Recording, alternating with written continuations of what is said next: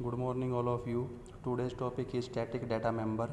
First of all, we can define static data member. If we declare the data member as a static, is known as static data member, or you can say if we use static keyword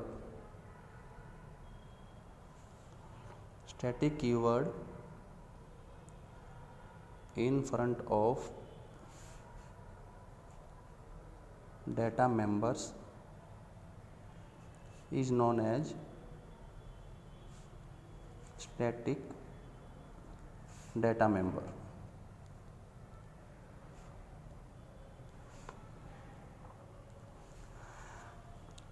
In static data member, only one copy of static data member is created for the whole class, and all objects share the same copy. So we can write only one copy of static data member is created for the entire class, and all objects share the same copy. Means static data member की सिर्फ एक copy create होगी पूरी class के लिए, और उस class के अंदर हम जितने भी ऑब्जेक्ट क्रिएट करते हैं वो सभी ऑब्जेक्ट उस सेम कॉपी को यूज कर सकते हैं. एंड नेक्स्ट, बाय डिफ़ॉल्ट जो स्टैटिक डाटा मेंबर की वैल्यू होगी वो हमारी 0 इनिशियलाइज होगी. So we can write by default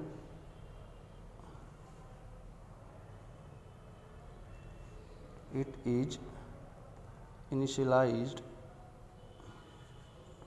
to 0 when first object of class is created.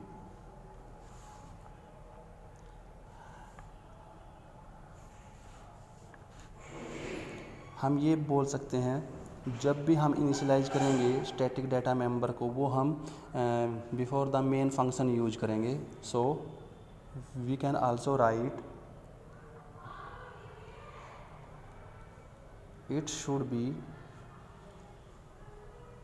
created and initialized before the main function.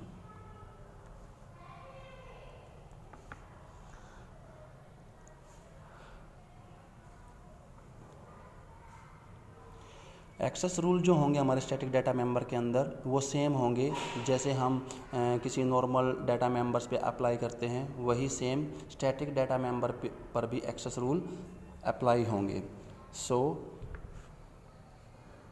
It can be public और private. For example mention करने से पहले जो हमारा सिंटैक्स होगा static data member को initialise कैसे करना है उसका हमारा सिंटैक्स है क्या, data type of variable and then class name, scope resolution operator and then variable name equal to value. This is the syntax for declaration of static data member. Now let us take an example to implement static data members. Class class name is AA, static int a is the variable जो कि हम declare कर रहे हैं static int type का। Now visibility mode use करेंगे हम public के बाद हम एक फंक्शन डिक्लेयर करेंगे void show नाम का।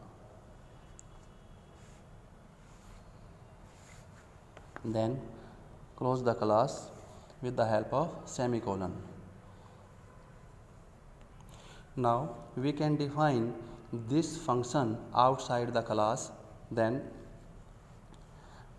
type of function void, and then class name, that is AA, scope resolution operator, and then function name show. In this function we print the value of a। हम इस function के अंदर a की value print करवाएंगे, लेकिन उससे पहले हम क्या यूज करेंगे, प्री इंक्रीमेंट a पे यूज किया, एंड देन सी आउट हमने एक स्टेटमेंट एग्जीक्यूट करवाई, value of a is equal to, and then a की वैल्यू प्रिंट होगी, and then and l, close the function. इसके बाद हम स्टैटिक डाटा मेंबर की वैल्यू इनिशियलाइज करवाएंगे, और उसका जो हमने सिंटैक्स अभी बताया था पीछे, data type means data type of variable यहाँ पे हमारा क्या है, int means int, and then class name AA, scope resolution operator, and then variable name a equal to 0। ये हम यूज कर रहे हैं फॉर इनिशियलाइजेशन।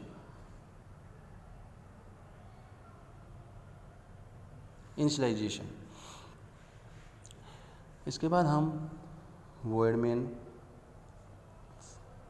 फंक्शन डिफाइन करेंगे।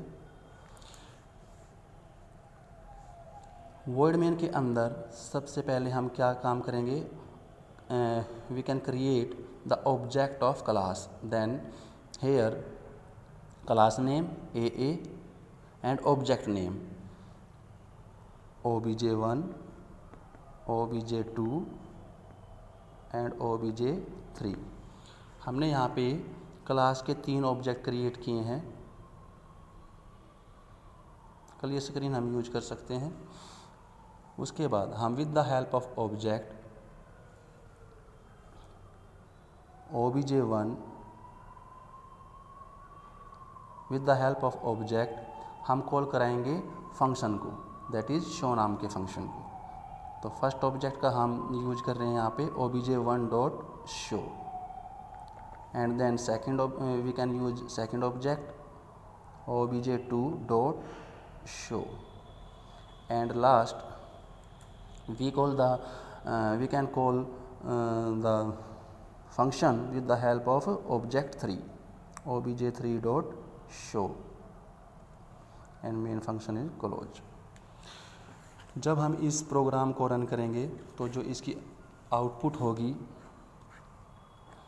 वो हमारी क्या आएगी, value of a equal to 1, value of a equal to 2 and value of a equal to 3। Means जैसे ही हमने कॉल किया obj1 डॉट शो, तो ये क्या करेगा, शो नाम के फंक्शन पे जाएगा और यहाँ पे a के अंदर एक का इंक्रीमेंट लगाएगा। a की वैल्यू हमने स्टार्टिंग में क्या इनिशियलाइज करवाई थी, 0, यहाँ पे एक का इंक्रीमेंट होगा, वैल्यू होगी 1, और वो 1 क्या करेगा, प्रिंट करेगा 1। देन उसके बाद obj2 डॉट शो हम फंक्शन कॉल करेंगे with the help of second object. Then it again jumps on the function show, and उसके बाद ये इंक्रीमेंट लगाएगा। ए की रिसेंट वैल्यू क्या थी हमारी 1, 1 पे क्या लगाएगा ये इंक्रीमेंट, वैल्यू हुई 2 और 2 को ये क्या कर देगा print. And then last object की हेल्प से इसको हम फिर दोबारा से शो नाम के फंक्शन को कॉल करेंगे। ये दोबारा से फिर शो नाम के फंक्शन पे जंप करेगा और ए की वैल्यू के अंदर ए का इंक्रीमेंट करेगा। रिसेंटली हमारी ए की वैल्यू कितनी थी 2 और 2 के अंदर ए का इंक्रीमेंट करेगा 3 और उस 3 वैल्यू को ये प्रिंट कर देगा। अगर हम ये मतलब रिसेंटली वैल्यू को क्यों ले रहा है, रिसेंटली वैल्यू के अंदर इंक्रीमेंट क्यों लगा रहा है, ड्यू टू स्टैटिक कीवर्ड, क्योंकि यहाँ हमने जो वेरिएबल जो डाटा मेंबर डिक्लेयर किया है वो एज ए स्टैटिक किया है। अगर हम नॉर्मल वेरिएबल डिक्लेयर करते यहाँ पे स्टैटिक यूज ना करें, हम इंट ए करें सिंपली, तो यहाँ पे हमारी जो आउटपुट आएगी वो हमेशा क्या आएगी 1, value of A equal to 1, value of A equal to 1, value of A equal to 1, because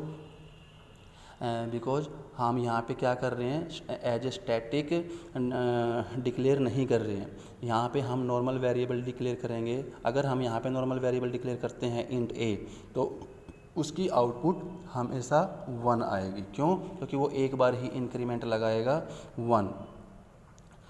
जैसे ए की वैल्यू 0 थी, 0 के अंदर एक का इंक्रीमेंट लगाएगा 1 और 1 क्या हो जाएगी प्रिंट।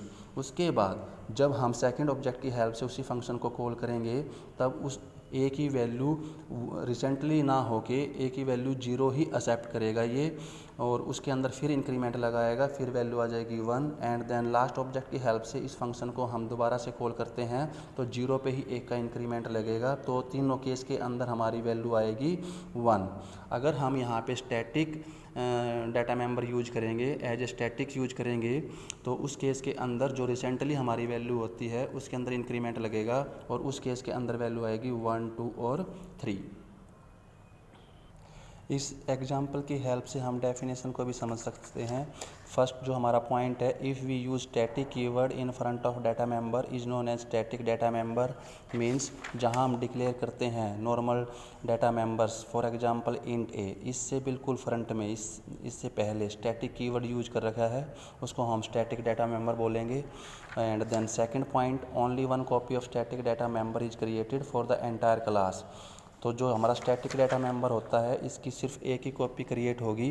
अगर हम सपोज करो क्लास के अंदर मोर देन 1 ऑब्जेक्ट्स क्रिएट करते हैं, जैसे फॉर एग्जांपल क्लास के हमने 3 ऑब्जेक्ट क्रिएट कर रखे हैं यहाँ पे, तो ये तीनों ऑब्जेक्ट क्या करेंगे उस सेम स्टैटिक डाटा मेंबर की कॉपी को यूज कर सकते हैं। जैसे हमने यहाँ पे करवा रखा है obj.1.show and obj2.show and last obj3.show नाम से। अगर हम इसको फिगर के अकॉर्डिंग समझें तो ऐसे समझ सकते हैं, जो हमारे स्टैटिक डाटा मेंबर होते हैं, स्टैटिक जो हमारे डाटा मेंबर हैं, तो इस टाइप के जो डाटा को हम मोर देन 1 ऑब्जेक्ट से शेयर करवा सकते हैं। जैसे फॉर एग्जांपल obj1 लिया था और obj2 एंड लास्ट obj3। तो जो ये हमारा स्टैटिक डाटा होता है, स्टैटिक डाटा जो होता है वो शेयर कर सकता है ऑब्जेक्ट फर्स्ट भी एंड ऑब्जेक्ट सेकंड भी एंड थर्ड ऑब्जेक्ट 3 भी स्टैटिक डाटा को यूज कर सकता है। And next point is by default it is initialised to 0 when first object of class is created. जब भी हम फर्स्ट ऑब्जेक्ट क्रिएट करते हैं, जैसे फॉर एग्जांपल obj1, देन उस केस के अंदर क्या होता है हमारा जो हमारी इनिशियलाइजेशन होती है बाय डिफ़ॉल्ट वो 0 इनिशियलाइज हो जाती है। जैसे यहाँ हमने इनिशियलाइज कर रखा है डाटा स्टैटिक डाटा मेंबर को, और वो जैसे अकॉर्डिंग टू सिंटैक्स हमने यूज किया इंट क्लास का नेम और स्कोप रेजोल्यूशन ऑपरेटर और वेरिएबल नेम इक्वल टू 0। तो यहाँ पे हमने इसको वैल्यू इनिशियलाइज करवाई और वो वैल्यू क्या है 0। अगर हम यहाँ पे सिंपली यहाँ तक भी लिखते इंट ए स्कोप रेजोल्यूशन ऑपरेटर और ए, तो ये बाय डिफ़ॉल्ट इनिशियलाइज करता किसको 0 वैल्यू को। तो हम विदाउट शो यूजिंग भी शो क्रिएट कर सकते हैं, इनिशियलाइज करवा सकते हैं, और 0 वैल्यू असाइन करके भी हम इसको इनिशियलाइज करवा सकते हैं वैल्यू को। और जो लास्ट पॉइंट है हमारा it should be created and initialised before main function. तो जो हमने स्टैटिक डाटा मेंबर है उसको इनिशियलाइज मेन फंक्शन से पहले ही करवा रखा है, ठीक है। तो ये हमेशा वॉइड मेन फंक्शन से पहले इनिशियलाइज करवाना होगा इसके अंदर। लास्ट है हमारे इट कैन बी पब्लिक और प्राइवेट। इसका मतलब ये है जैसे हम नॉर्मल डाटा मेंबर्स को हम as a public as a private use कर सकते हैं, ऐसे ही हम स्टैटिक डाटा मेंबर को भी पब्लिक और प्राइवेट यूज कर सकते हैं। So this is the static data member. Thank you.